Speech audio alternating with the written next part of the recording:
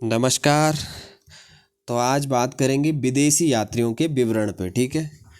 तो विदेशी यात्रियों ने प्राचीन भारत के संदर्भ में महत्वपूर्ण विवरण दिया है। इसमें यूनान, रोम, चीन तथा अरब के यात्री शामिल हैं। इसका वर्णन इस प्रकार से है। तो अब वर्णन की बात कर लेते हैं। तो सबसे पहले बात करेंगे यूनान एवं रोम यात्रियों के विवरण। तो इसको आप स्क्रीनशॉट ले लेना और बाकी पीडीएफ मैं आप लोगों को टेलीग्राम में दे दूंगा। ठीक है। तो यूनान एवं रोम यात्रियों के विवरण। तो भारतीय स्रोतों में सिकंदर के आक्रमण की कोई जानकारी नहीं मिलती। उसके लिए पूर्णतः यूनानी स्रोतों पर आश्रित रहना पड़ता है।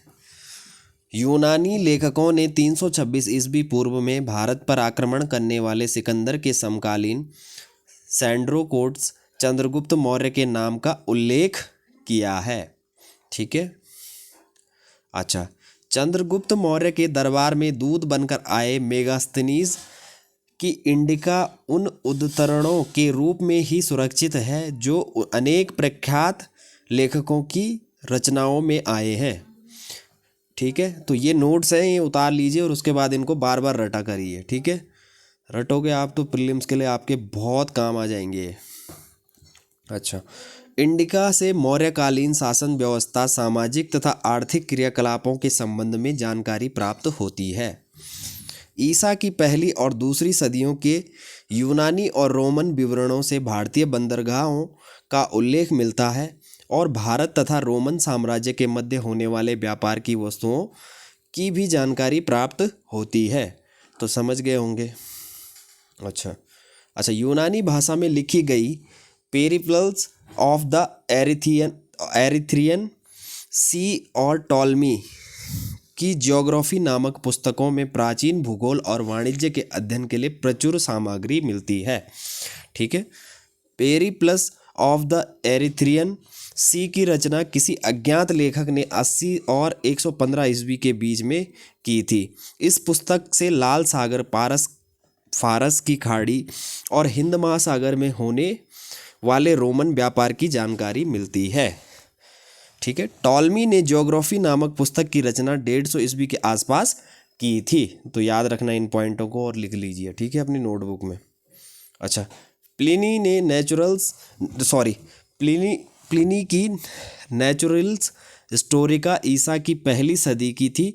यह लैटिन भाषा में है और इससे हमें भारत तथा इटली के मध्य होने वाले व्यापार की जानकारी मिलती है। ठीक है। तो ये थे आपके यूनान और रोम यात्रियों के विवरण। ठीक है। अब बात कर लेते हैं कि चीन के यात्रियों के विवरण, जिससे हमें प्राचीन भारत, हमारे अतीत के बारे में जानकारी मिलती है। ठीक है। तो साहित्यिक स्रोत बताया था, पुरातात्विक स्रोत बताया था और अभी मैं बता रहा हूँ आप लोगों को विदेशी यात्रियों के विवरण से हमें पता चल सकता है। उन्होंने अपने पुस्तकों में लिखे गए विवरणों से हमें क्या पता लगता है, अपने अतीत के बारे में पता लगता है। ठीक है। तो चीन यात्रियों के विवरण की बात कर लेते हैं। तो चीन से आने वाले यात्रियों ने बौद्ध विहारों तथा स्थलों का भ्रमण करते हुए महत्वपूर्ण विषयों पर चर्चा की। फाहान 399-414 ईस्वी पहला चीनी यात्री था जो चंद्रगुप्त द्वितीय गुप्त शासक के समय भारत आया था। तो फाहान कब आया था, याद रखना ये। ठीक है। और किसके शासन में आया था, चंद्रगुप्त द्वितीय के समय में आया था। ठीक है। फाहान ने अपनी रचना फू को की में तत्कालीन भारतीय समाज, धर्म तथा आर्थिक स्थिति का विवरण दिया है। अच्छा, इसने पाटलिपुत्र की यात्रा तथा मौर्य शासक के राज दरबार के अवशेष की चर्चा की। अच्छा, अब आ जाओ आप हुएनसांग के बारे में। ठीक है। तो ये था फाहान के बारे में, ये आप लोग नोट कर लेना और इनको रटते रहना बार बार। ठीक है। थोड़ा बहुत एनसीईआरटीज़ को देख लेना। ठीक है। उसके बाद आप लोगों को अच्छे से ये समझ में आ जाएगा। अच्छा, हुएनसांग 629 से 645 ईस्वी हर्षवर्धन के शासनकाल में भारत आया था। इसकी रचना सियूकी में तत्कालीन समाज का श्रेष्ठ विवरण मिलता है। इसे यात्रियों का राजकुमार कहा जाता है। इसने भारत को इंटू अर्थात चंद्रमा का देश कहा है। तो किसने कहा है भारत को चंद्रमा का देश, हुएनसांग ने। और ये कब आया था, 629 से 645 ईस्वी में। ठीक है, याद रखना। अच्छा, उसके बाद है इत्सिंग। इत्सिंग के बारे में 670 से 695 ईस्वी में ने अपनी भारत की यात्रा के दौरान अनेक महत्वपूर्ण घटनाओं का विवरण दिया है और इसके सामाजिक तथा धार्मिक विवरण अधिक प्रभावशाली है। ठीक है। अच्छा, तो ये हो गए चीनी यात्री। अब है बात अरब यात्रियों के विवरण के बारे में, तो इसके बारे में भी देख लेते हैं। अरब यात्रियों का विवरण। अच्छा, अरब व्यापारियों तथा लेखकों जिन्होंने भारत की यात्रा की चलो चलो शुरू करते हैं। अरब व्यापारियों तथा लेखकों जिन्होंने भारत की यात्रा की, ठीक है, के विवरणों के से पूर्व मध्यकाल के भारतीय समाज तथा संस्कृति के विषय में जानकारी मिलती है। समझ गए? किन से? अरब व्यापारियों तथा लेखकों से। ठीक है। अच्छा, अल बरूनी तथा इब्न बतूता प्रमुख अरबी विद्वान थे। कौन थे? अल बरूनी और इब्न बतूता, जिन्होंने भारत की यात्रा कर विशिष्ट विवरणों की रचना के रूप में स्थान दिया। ठीक है। अल बरूनी ने किताबुल हिंद के माध्यम से भारत के समाज, संस्कृति तथा रहन सहन का विशद विवरण दिया। यहाँ 11वीं शताब्दी के आरंभिक दशकों में भारत आया था। कब आया था? 11वीं शताब्दी के आरंभिक दशकों में। ठीक है। अच्छा, अब थोड़ा सा बात कर लेते हैं आधुनिक इतिहास लेखन के बारे में। ठीक है। तो ब्रिटिश ईस्ट इंडिया कंपनी के दौरान 1776 ईस्वी में सबसे पहले मनुस्मृति का अंग्रेजी अनुवाद ए कोड ऑफ जेंडू लॉज के नाम से कराया गया। ठीक है। अच्छा, 1784 में बंगाल कलकत्ता में और एशियाटिक सोसाइटी ऑफ बंगाल की स्थापना हुई थी। इसकी स्थापना सर विलियम जोन्स 1746 और 1794 ईस्वी ने की थी। इन्होंने 1789 ईस्वी में अभिज्ञान शाकुंतलम का अंग्रेजी में अनुवाद किया। ठीक है। तो याद रखना इसको कि ये आधुनिक इतिहास लेखन के बारे में इसमें पॉइंट दिए गए थे। तो अच्छा, 1785 में देखो, ये जो NCERTs के नोट्स हैं ये कंबाइंड करके 6 to 12 और 6 to 12 के जितने भी चैप्टर हैं उनको मिला के ये सब चीज़ें इसमें डाली गई हैं, ओल्ड न्यू NCERT दोनों के। ठीक है। तो इन चीज़ों को, ये पॉइंट हैं, ये फैक्ट है, इनको याद रखना, बस इससे बाहर कुछ नहीं आना। ठीक है। यही आएगा जो आएगा। चाहे तो आप एग्ज़ाम पेपर अगले साल जो पेपर होंगे उनको आप मिला लेना, या इस साल के जो पेपर होंगे उनको आप प्रीलिम्स के मिला सकते हैं। इनमें से आपको सारे क्वेश्चन मिल जाएंगे। ठीक है। तो 1785 ईस्वी में विल्किंस ने हिंदुओं के प्रसिद्ध धार्मिक ग्रंथ भगवत गीता का अंग्रेजी में अनुवाद किया था। विलियम जोन्स ने यह प्रतिपादित किया कि मूलतः यूरोपीय भाषाएं संस्कृत और ईरानी भाषाओं से बहुत ही मिलती हैं। समझ गए? संस्कृत क्या है? ईरानी भाषाओं से बहुत ही मिलती है। अच्छा, भारतीय विद्या के अध्ययन सबसे अधिक जर्मनी के फ्रेडरिक मैक्समूलर, क्या है? फ्रेडरिक मैक्समूलर 1823 से 1902 ने बढ़ावा दिया और उनका अधिकांश जीवन क्या है? इंग्लैंड में व्यतीत हुआ था। याद रखना। अच्छा, मैक्स मूलर ने के संपादकत्व में विशाल संख्या में प्राचीन धर्म ग्रंथों का अनुवाद किया गया। ये अनुवाद sacred books of the east series में कुल मिलाकर 50 खंडों में प्रकाशित हुए। ठीक है। विंसेंट ऑथर स्मिथ 1843 से 1920 ने 1904 में अली हिस्ट्री ऑफ इंडिया नामक पुस्तक लिखी। यह प्राचीन भारत का पहला सुव्यवस्थित इतिहास था। ठीक है। R.G. भंडारकर ने सातवाहनों के दक्कन के इतिहास का और वैष्णव एवं अन्य संप्रदायों के इतिहास का पुनर्निर्माण किया। समाज सुधारक पांडुरंग बावनकाणे 1880 से 1972 ईस्वी ने हिस्ट्री ऑफ धर्मशास्त्र नामक पुस्तक लिखी, जिसे सामाजिक नियमों और आचारों का विश्वकोश माना जाता है। याद रखना। राजेंद्र लाल मित्र 1822 से 1891 ईस्वी में अनेक महत्वपूर्ण मूल वैदिक ग्रंथों को प्रकाशित किया तथा इंडो आर्यंस पुस्तक की रचना की। किस पुस्तक की? इंडो आर्यंस की। ठीक है। राजेंद्र लाल मित्र ने। ठीक है, मिश्र ने। याद रखना। इस पुस्तक में इन्होंने प्राचीन भारतीय समाज को तर्कनिष्ठ दृष्टि से देखा। ठीक है। अच्छा, पुरालेखविद रामकृष्ण गोपाल भंडारकर 1875 से 1950 ईस्वी में ने अशोक तथा प्राचीन भारत की राजनीतिक संस्थाओं पर पुस्तकें प्रकाशित की। इन्होंने प्राचीन भारत के सामाजिक तथा राजनीतिक इतिहास के पुनर्निर्माण के लिए विभिन्न स्रोतों का समायोजन किया। अच्छा, आरसी मजूमदार 1888-1980 ने history and culture of Indian people में हिंदू पुनर्जागरणवाद का विवरण प्रस्तुत किया, तो याद रखना।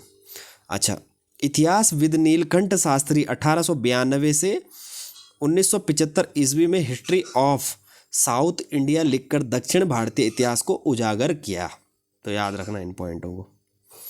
केपी जायसवाल ने वर्ष 1924 में हिंदू पॉलिटी नामक पुस्तक में भारतीय गणराज्यों के अस्तित्व को प्रमाणित किया। ब्रिटिश इतिहासकार एवं संस्कृतविद एल वासम ने वर्ष 1951 में wonder that what was India नामक पुस्तक लिखी थी, ठीक है।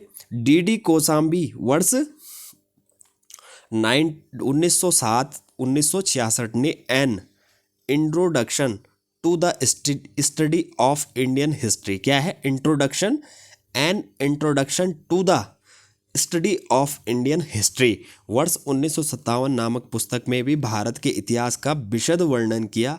इनके विचार से ancient Indian culture and civilisations a historical outline 1965 के द्वारा प्रकाशित की। तो ये किताबों के नाम हैं और ये कब कब प्रकाशित की गई हैं, तब भी उनके वर्ष लिखे गए हैं, तो ये चीज़ें याद रखना आप लोग। अच्छा, अब थोड़ा सा बात कर लेते हैं प्राचीन भारतीय इतिहास का महत्व, क्योंकि यह चैप्टर ख़त्म होने वाला है, ख़त्म हो चुका है, और इसमें लास्ट जो वर्णन था वो विदेशी यात्रियों का वर्णन था। तो मैंने बताया था कि हमारे अतीत को जानने के क्या हैं मुख्य स्रोत, ठीक है। 3 स्रोत थे, एक पुरातात्विक स्रोत थे, दूसरा साहित्यिक था, और तीसरा था आपका विदेशी यात्रियों का वर्णन, जिसका कि मैं वर्णन अभी आप लोगों के सामने कर रहा हूँ, बता रहा हूँ, वो भी नोट्स के माध्यम से। तो ये नोट्स हैं, इंपॉर्टेंट हैं, आप लोग इनको नोट कर लीजिए। अच्छा, तो प्राचीन भारतीय इतिहास का महत्व क्या था कि भारत अनेकानेक मानव प्रजातियों का संगम स्थल रहा है। प्राचीन काल में प्राक आर्य, इंडो आर्यंस, यूनानी, शक, हूण और तुर्क आदि अनेक प्रजातियों ने भारत को अपना आवास बनाया।